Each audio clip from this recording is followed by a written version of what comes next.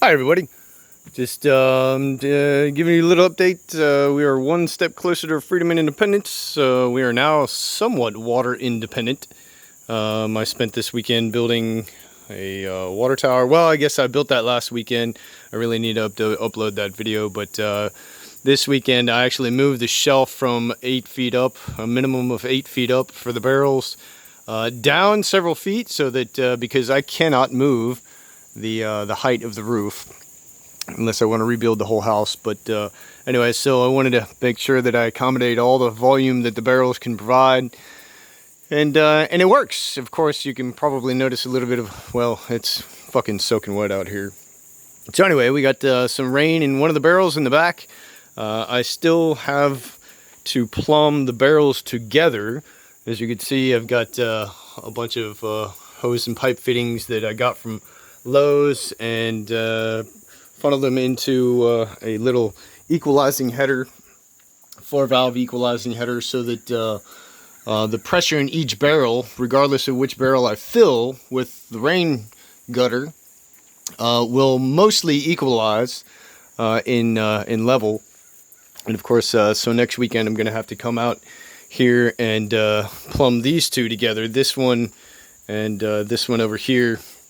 So I'll bring those together in a T intersection, and I've decided, instead of using one of these barrels as a filter barrel, I'm going to go with something a little bit more manageable, like PVC. So I think I'm going to use some of the 3-inch PVC I have and pack that full of sand and gravel and charcoal, and maybe make 2 or 3 of them over the week. Boss man's going out of town this week, so I've got some additional time to work with.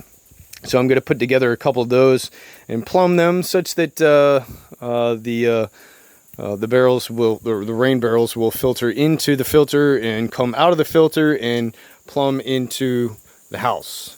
Right there, right around where the shower is going to be. And I'm going to put the shower in this back corner here, and I'll probably put so the shower will go here. And then I will plumb the home biogas 2 toilet right here, and of course all this shit will be cleared away. So I'll bring the pipe in right up here around the ceiling, and unfortunately moving the barrels down a bit means that the barrels are going to have to be relatively full in order for me to get shower pressure, and that's okay, because this is the first scrap build. Remember that you can take the S out of that and it becomes a crap build, and that also really does suffice. But I love it. I think it's great, and it's mine, and it sleeps great, and it's just a lovely dose of freedom and independence to have, because it's debt free. I didn't spend a whole shitload of money on it. I certainly didn't go into a 30-year mortgage for it, and you know, I mean, it's not much, but it keeps me dry, and it keeps me warm, and it keeps me cool. And now it has a degree of running water, self-sustained running water through the rain gutter. And so I get that plumbed through a couple of filters. And at some point I'm going to build a solar still and run some of that filtered water into the solar still and use another barrel for a potable water supply. And that'll collect all the distilled water that nature can provide us with from the sun and from the rain, and thank God for His world of abundance and my attitude to make good use of it. So as we are approaching completion with the house, I've turned my attention to doing the rain barrel water system, and I'm going to build a box around these barrels so that they're insulated for the winter time, so that I don't have any more freezing problems like I did last year. And once that's done, install a shower, install a toilet, maybe put in a wall or something. I don't know about walls, but it's man, it's really coming along. You know, I kind of surprised myself. I mean, it's a wonderful way to spend my time. I just feel so fulfilled spending my time out here, as dumpy as it is. I do realize that it's all going to come together, and it is, in certain respects, coming together. Of course, you know, all the pallets and shit that I've been collecting has come together in a functional boardwalk.